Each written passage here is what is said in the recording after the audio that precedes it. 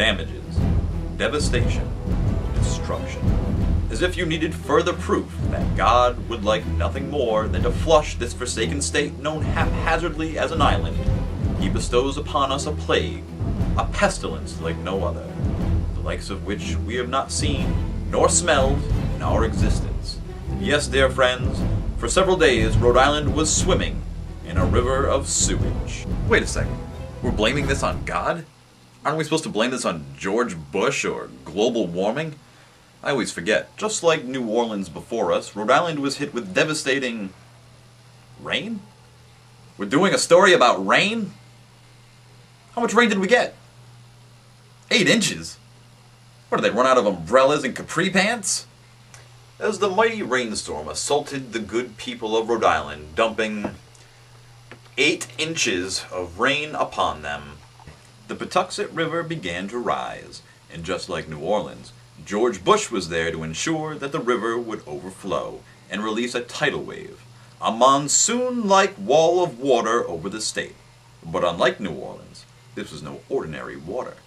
Because having the best water system in America means we in Rhode Island have a number of sewer treatment plants.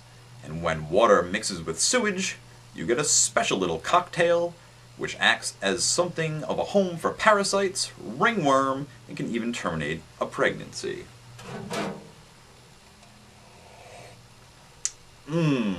Love that feces flavor. Now imagine that, flowing through the thoroughfares of Rhode Island, a state no bigger than an airplane bathroom. You have a good idea what the people of Rhode Island were going through for 40 days and 40 nights. 2 days? I'm an award-winning journalist, pal. This is bullshit. The difference between Rhode Island and New Orleans? Not a single black person was harmed. Things certainly are different now that President Obama's in charge. Obviously to blame for the raging sewer rapids, Obama was able to ensure that only white people were actually affected. Now, you don't need to be a famous rapper to tell you, and I'm certainly no Talib Kweli, that President Obama hates white people. As a matter of fact, we've consulted an experienced independent science team in Louisiana to find out exactly where things went wrong. According to the Supreme Dragon, Dr. Jethro Terwilliger, who refused to come on camera due to his scientific ethics, all of the problems can be traced back to, and I quote, the thieving Jews, those lazy-ass Mexicans, dick-licking queers, molesting Catholics, and, as usual, the black man. And you know you're in a state full of Democrats when even God's house is condemned. But that's okay. He already flushed us once.